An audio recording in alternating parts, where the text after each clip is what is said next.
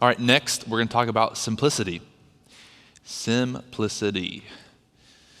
Matthew 6:33 says, "But seek first the kingdom of God and his righteousness, and all of these things will be added to you."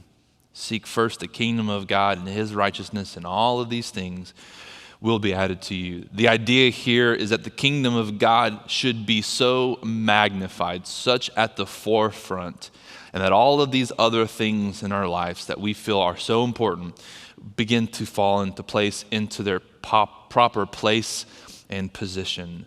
Simplicity helps things, stuff, have the right size or the right place in our life so that the kingdom of God is elevated in its proper place. So, you guys know what the topic Jesus addresses the most other than the kingdom of God? So obviously, if you look at all of Jesus' teachings, the things he said, the most prominent thing he would talk about is the kingdom of God, the kingdom of God, the kingdom of God. Here's what it's like to see the kingdom of God, or to live in the kingdom of God, or to experience the kingdom of God. The second thing that he talked about most was money, which is why I want more of it, right? Yeah, thank you. The most discussed topic other than the kingdom of God is the topic of money. We cannot seriously follow Jesus without adopting his view of money and possessions. We cannot seriously follow Jesus without adopting his view of money and possessions. So what is simplicity? Okay, what is simplicity? Well, it's easy. Sell all of your stuff, live on the streets as a poor beggar. Okay? No. I saw you were scared. I saw that. I saw the look on your face. Simplicity is the intentional promotion, right? Which might sound like a dichotomy or a paradox, but simplicity is the intentional promotion of the things that we most value and the removal or the minimization of everything else that distracts us from them. The intentional promotion of things we value most and the removal of everything that distracts us from those things.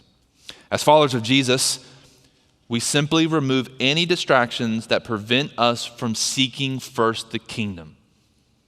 Anything that would prevent us or distract us, or another way to say this, anything that has become an idol in our lives other than King Jesus and seeking his kingdom, we begin to remove or we begin to minimize or simplify in our life.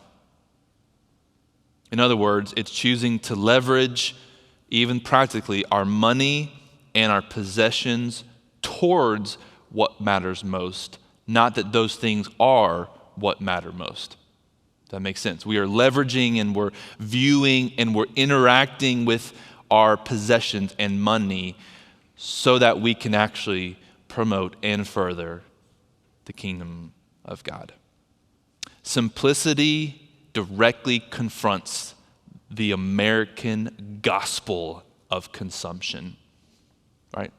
Currently, in our day and age, in our culture, America has a gospel.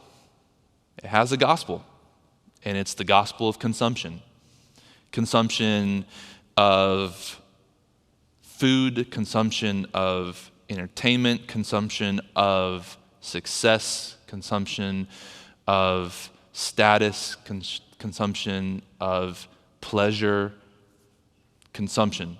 More. How can I more? And the message that we, and at least our culture, okay, so again, this is very culturally relevant. Simplicity in another culture might look like something differently, but for our culture, we are being told, if you don't have this, you're missing out.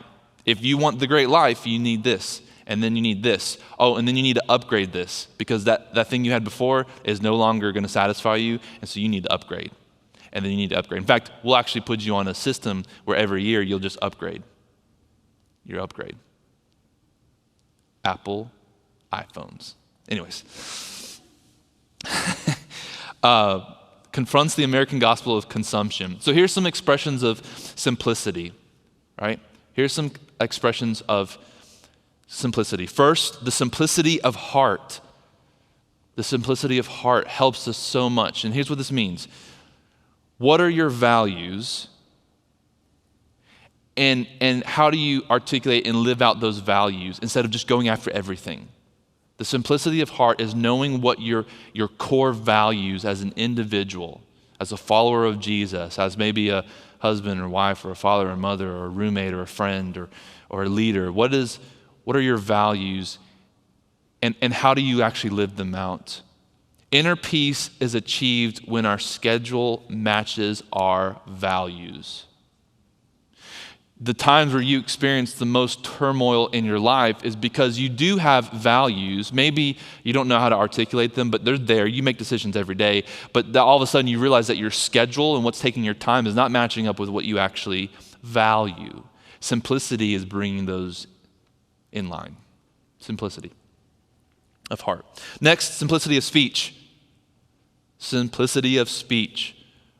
Do not nudge the person next to you, but do you speak more than you listen? Do you speak more than you listen? Simplicity of speech. Make an effort to create space for others to have a voice and for you to actually listen to the person, to know that you have something to learn or gain or observe or see, and not just something to say. Number 3, simplicity or simplify your clothes and your possession. There's this idea that we just need more and more and more, and it's like it's like, why do we have storage units as Americans? Because we can't fit all of our stuff in our home. And it's like, oh, let's make our closet bigger because we have more clothes. And it's like this endless cycle. How about give away, sell, throw stuff away, take it to Goodwill? Like the things that are not bringing you like contentment or joy or that you haven't worn in a while, just get rid of it. Simplify, declutter. Here's the deal. Here's what I think.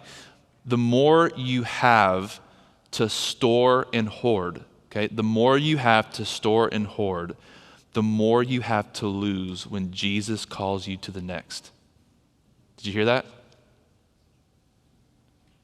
The more you have to store and hoard, the more you have to lose when Jesus calls you to the next. The more you have to say, but Jesus, what about this? Jesus, what about this?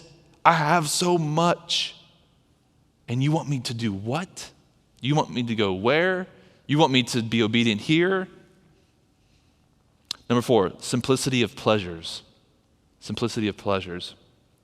Man, God has given us the ability to experience pleasures, and he's given us specific things to enjoy and to be pleased by. The excess of those pleasures turns those into gods. And now we worship and we bow down to them.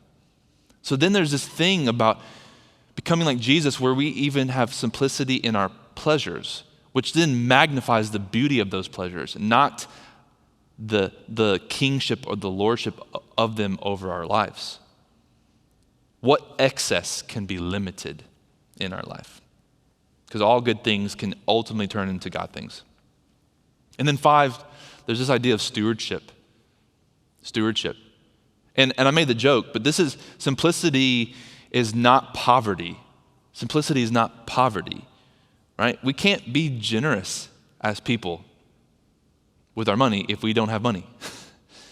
Guess what? People funded the ministry of Jesus out of their generosity.